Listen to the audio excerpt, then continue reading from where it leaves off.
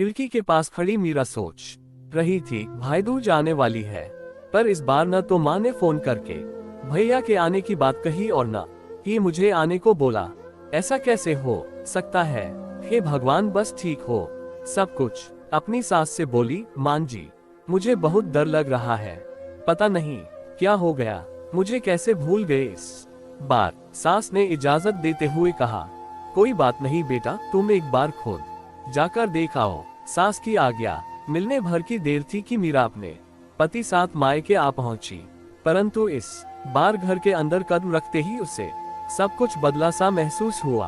पहले जहां उसे देखते ही माँ पिताजी के चेहरे खुशी से खिल उठते थे, इस बार उन पर परेशानी की झलक साफ दिखाई दे रही थी। पहले भाभी उसे देखते ही दौड़ी चली आती और प्यार से गले लगा लेती थी, पर इस बार दूर से ही एक हल्की सी मुस्कान दे डाली। भैया भी ज्यादा खुश नहीं दिखे। मीरा ने जैसे तैसे एक रात बिताई, परंतु अगले दिन जैसे ही उसके पति उसे मायके छोड़ वापस गए, उसने अपनी माँ से बात की। तब उन्होंने बताया, इस बार कोरोना के चलते भैया का काम बिल्कुल बंद हो गया, ऊपर से और समस्याएं, बस इसी वजह से तेरे भैया को तेरे घर भी न भेज सकी। मीरा बोली, कोई बात नहीं माँ, ये मुश्किल दिन भी जल्दी निकल जाएंगे, आप चिंता मत करो। शाम को भैया भाभी आपस में बात कर रहे थे जो मीरा ने सुन ली। भैया बोल रहे थे, पहले ही घर चलाना इतना मुश्किल हो रहा था, ऊपर से बेटे की कॉलेज की फीस, परसों भाई दूज है, मीरा को भी कुछ देना पड़ेगा।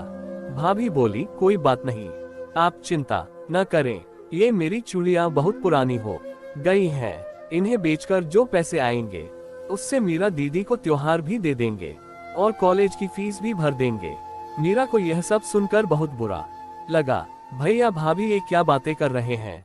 क्या मैं यहाँ उनको तंग करके कुछ लेने के लिए ही आती हूँ? वह अपने कमरे में आ गई, तभी उसे याद आया कि शादी से कुछ समय पहले जब वह नौकरी करती थी तो उसने बड़े शौक से अपनी पहली तनख्वाह लाकर पापा को दी थी।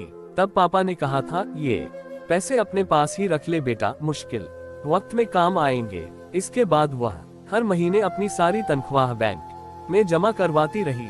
शादी के बाद जब भी मायके आई तो माँ ने उससे पैसे निकलवाने को कहा, पर मीरा हर बार कह देती कि अभी मुझे जरूरत नहीं, पर आज उन पैसों की उसके परिवार को जरूरत है।